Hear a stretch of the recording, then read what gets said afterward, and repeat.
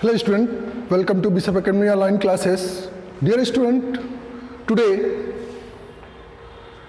I am going to discuss about the course of class first year and the confusion of choosing subjects and career option after 10th.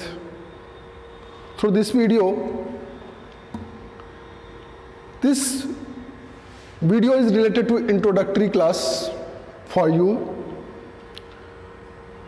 First of all, after 10th pass, we have a question. Which stream should we choose for career making? Dear student, you have a lot of options. You have mathematics, science, bio, commerce. तो ऐसे में आपका जो combination होता है, सबके लिए career option है.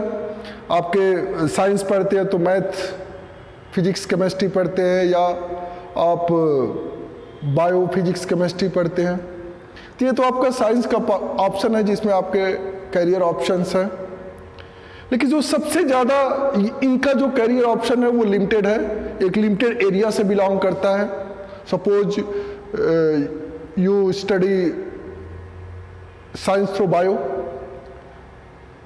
Then you may become a doctor, you may become a pathologist, and like something pharmacist, etc.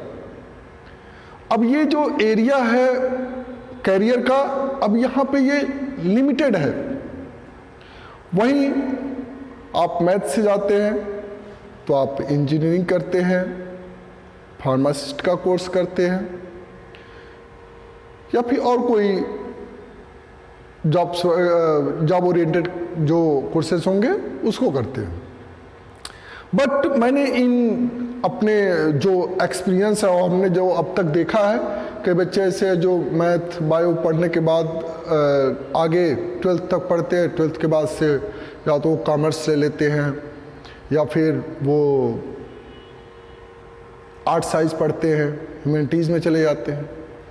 तो जब हमको डिसीजन यही लेना है कि मैं आज मैथ पढ़ूं, कल मैं आर्ट साइंस पढ़ूं, तो यानी कि आपने उस समय सही डिसीजन नहीं लिया. आपने बायो पढ़ के बाद में आर्ट साइंस पढ़ना शुरू कर दिया, यानी कि आपने डिसीजन सही नहीं लिया. बट कभी ऐसा नहीं होता है कि आपने कॉमर्स पढ़ा और बाद में जाके आपने आर्ट साइंस पढ़ना शुरू कर दिया. ये मतलब कहीं अगर देखने को मिलता होगा तो ये एक एक्सेप्शन होगा, लेकिन कभी कोई ऐसा नहीं करता है जो आपने जो 11th में कॉमर्स पढ़ता है, 11th 12th में, और वो सीनियर सेकेंडरी में कॉमर्स पढ़ता है और बाद में जाके ग्रेजुएशन में वो अपना स्ट्रीम चेंज कर देता है. ऐसा कुछ नहीं. बट साइंस में अक्सर इस चीज़ों को देखने में मिलता है, क्योंकि अब वो उन्हें वो अपॉर्चुनिटी उस लायक अपने आप को नहीं समझते हैं. उसमें सबसे बड़ी बात है कि आप मैथ बायो पढ़ते हैं तो उसमें आपके परसेंटेज अच्छे होने चाहिए, आपके रिकॉर्ड्स अच्छे होने चाहिए, आपके कॉन्फिडेंस अच्छे होने चाहिए. और सभी मैथ बायो पढ़ने वाले सभी या तो डॉक्टर या इंजीनियर ही नहीं बन पाते हैं, ये भी श्योर है. जितने भी स्टूडेंट्स होते हैं, आप खुद देखते होंगे कि जितने भी स्टूडेंट होते हैं, क्या मैथ बायो पढ़ने से क्या वो डॉक्टर और इंजीनियर ही बन के आते हैं या बन जाते हैं? नहीं.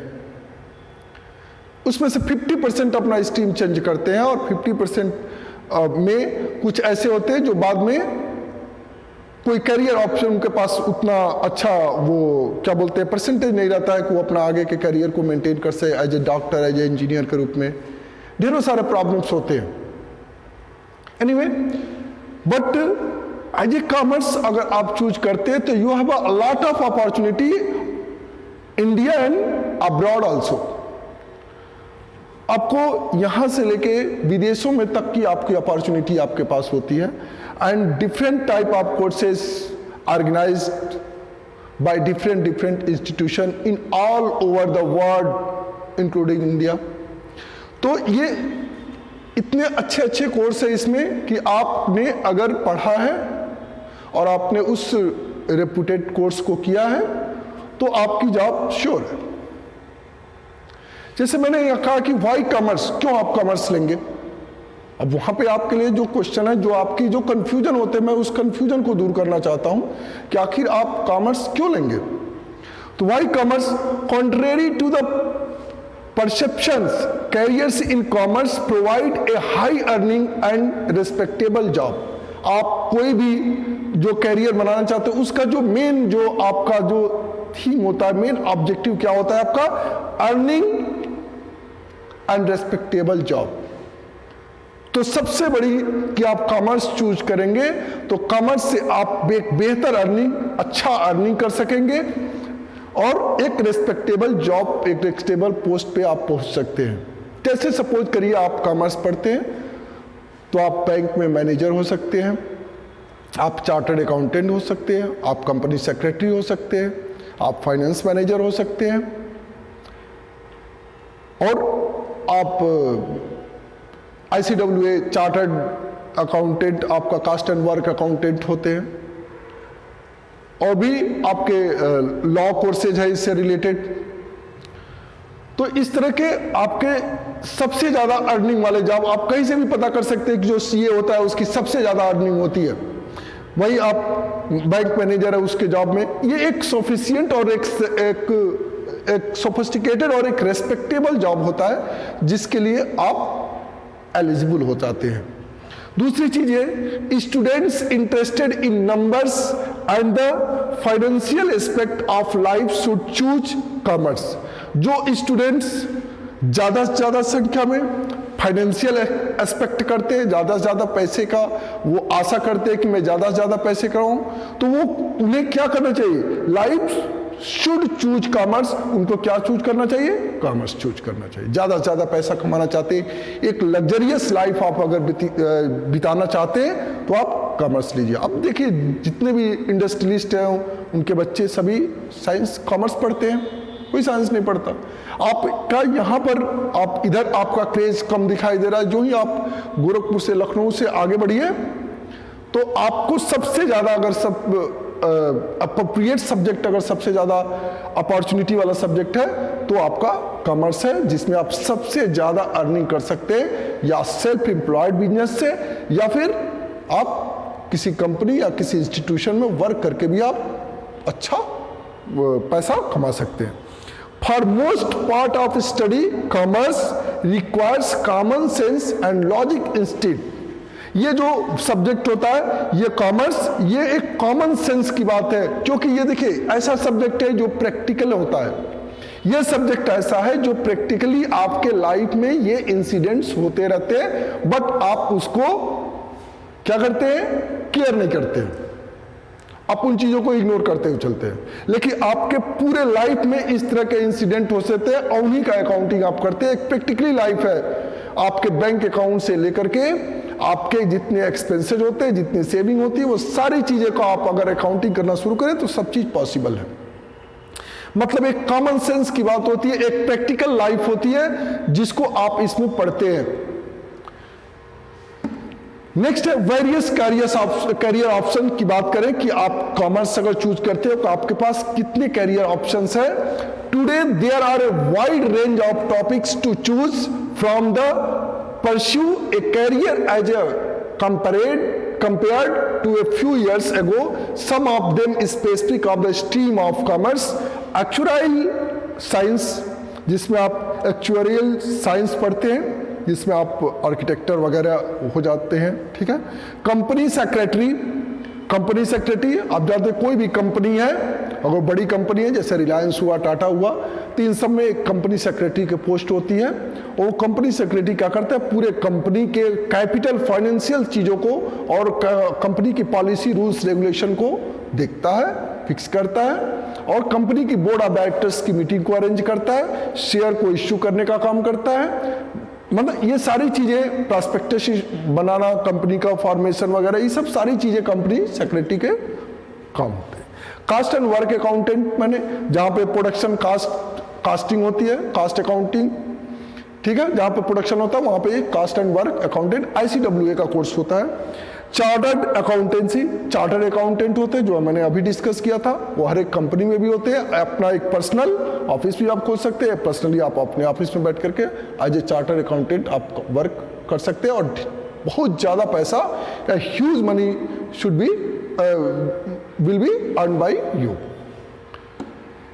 जो इंस्टीट्यूट कराते हैं वो है CS का course, the institute of company secretaries of India. ठीक है, या प्रोफेशनल कोर्स। इसमें विजन क्या होता है? To be global leader in promoting good corporate governance. एक कॉर्पोरेट बॉडी को गवर्न करने के लिए कंपनी सेक्रेटरी का। नेक्स्ट आपका cost and work accountant ICWA, इसके लिए भी आपकी एलिजिबिलिटी क्या होती है? 10+2 होता है। इसका ड्यूरेशन 6 इयर्स का होता है। स्टेजेस क्या होता है? सबसे पहले आप फाउंडेशन कोर्स करते हैं, फिर इंटरमीडिएट कोर्स करते हैं, फिर फाइनल कोर्स करते हैं। मतलब 3 स्टेप्स है इसको ICWA को करने के लिए। ठीक है, ये भी आपका जो इंस्टीट्यूट का आती है, the institute of cost accountants of India. ये एक स्टेटरी बॉडी है under an act of parliament, ये एक स्टेटरी बॉडी है, इसके थ्रू आप करते हैं। इसका ऑब्जेक्टिव क्या है? Promoting, regulating and developing the profession of cost accountancy. ये प्रमोशन करती है, कास्ट अकाउंटेंट को प्रमोट करती है। नेक्स्ट आपका चार्टर्ड अकाउंटेंट। तो chartered accountant, accounting, auditing and taxation are the core areas dealt with by chartered accountant. ये जो आपका अकाउंटिंग करते हैं और कहीं किसी बैंक में आप इंस्पेक्शन करते हैं, किसी का किसी इंस्टीट्यूशन का अकाउंटिंग सही हो रहा है कि नहीं हो रहा है, उनकी गलतियों को डिटेक्ट करना और उनको करेक्ट करना, ये काम चार्टर्ड अकाउंटेंट का है। ढेर सारे बैंक में ऐसे चार्टर्ड अकाउंटेंट होते हैं और वहाँ क्वार्टरली, हाफ ईयरली, एनुअल वहाँ पे इंस्पेक्शन होता है, ऑडिटिंग होता है। ये भी आपका ये इंस्टीट्यूट कराती है, the institute of chartered accountants of India. तो ये आपका कोर्स करवाती है ICAI। नेक्स्ट आपके पास ऑप्शन है बीकॉम प्लेन या बीकॉम ऑनर्स। आप यूनिवर्सिटी से कर सकते हैं। BCom is an undergraduate commerce course. It covers the study of principles of accounting, micro and macro economics, money and banking systems, economics theory etcetera. इसका duration क्या होता है? 3 इयर्स होता है। इसकी एलिजिबिलिटी 10+2। इससे आपके कौन कौन से और जॉब इससे आपको मिल सकते हैं? जॉब एंड एम्प्लॉयमेंट प्रॉस्पेक्टस क्या है? वो है आपका इंपोर्ट एंड एक्सपोर्ट कंपनीज। आप एक इंपोर्ट और एक्सपोर्ट कंपनीज में आप वर्क कर सकते हैं। नेक्स्ट आपका कस्टम डिपार्टमेंट में भी आप काम कर सकते हैं। इकोनॉमिक कंसल्टिंग जॉब, आप इकोनॉमिक एडवाइजर के रूप में काम कर सकते हैं। फाइनेंस बैंकिंग सेक्टर्स, आप बैंक में as a manager, as a PO की जॉब कर सकते हैं। कंसल्टिंग फर्म्स और कुछ कंसल्टिंग जो फर्म्स होते हैं जो कंसल्टेंट का काम करती है, उसमें भी आप जॉब कर सकते हैं। जॉब प्रोस्पेक्टस क्या है? As a finance managers, corporate business analyst, executive assistant, financial investment market analyst, investment bankers, senior accountant, operations managers, money managers, risk analysis. ये आपके जितने जॉब आपके ओरिएंटेड है। आप सबसे ज़्यादा प्लेन जो फेमस है, बच्चे क्या करते हैं? या तो CS करते हैं, नहीं तो CA करते हैं, या फिर ICWA करते हैं, या फिर क्या करते हैं कि वो बैंकिंग की तैयारी करते हैं बैंक और किसी बैंक में एज ए PO जॉब पा जाते हैं और बाद में प्रमोट होकर मैनेजर की पोस्ट तक चले जाते हैं। या फिर डायरेक्टली वो बीकॉम के बाद से मैट क्वालिफाई करते हैं और क्या करते हैं? MBA कोर्स करते हैं और MBA कोर्स से वो जिस भी स्ट्रीम या कैटेगरी में वो MBA करते हैं, उस लायक उनको job as a final year तक उनको प्रोवाइड हो जाता है। मतलब बहुत ही एक लग्जरियस जॉब होती है कॉमर्स के लिए। नेक्स्ट आपका अदर करियर ऑप्शंस में मैं बता दूं, आप लॉ कोर्स कर सकते हैं, होटल मैनेजमेंट का कोर्स है, इंडियन एडमिनिस्ट्रेटिव सर्विस है, IAS जिसको बोलते हैं, आप IAS भी कर सकते हैं, PCS भी कर सकते हैं। होटल मैनेजमेंट का कोर्स है जो काफ़ी लग्जरियस जॉब होता है, जो काफ़ी फेमस है। लॉ भी कर सकते हैं आप, क्योंकि आप जानते हैं कि आजकल GST के लिए और तमाम ऐसे जो टैक्स कंसल्टेंट हैं वो उसके लिए लॉ आप कर सकते हैं और उसका जो सेटलमेंट है जीएसटी का वो आप कर सकते हैं। ढेरों सारी अपॉर्चुनिटी है आपका मतलब लॉ से भी रिलेटेड। नेक्स्ट आपका Indian administrative service IAS। The Indian Administrative Service IAS is the administrative civil services for the government of India. The officers of the IAS play a major role in managing the bureaucracy of both an union government and the state government, with the members holding strategic posts across the country। और आप IAS की तैयारी या PCS की भी तैयारी कर सकते हैं, और एज ए IAS आप इससे भी रिलेटेड फाइनेंस डिपार्टमेंट में ढेरों सारे ऐसे पोस्ट होते हैं जो आपके सब्जेक्ट से रिलेटेड होते हैं, जिसमें आप वर्क कर सकते हैं। Thank you, have a nice day.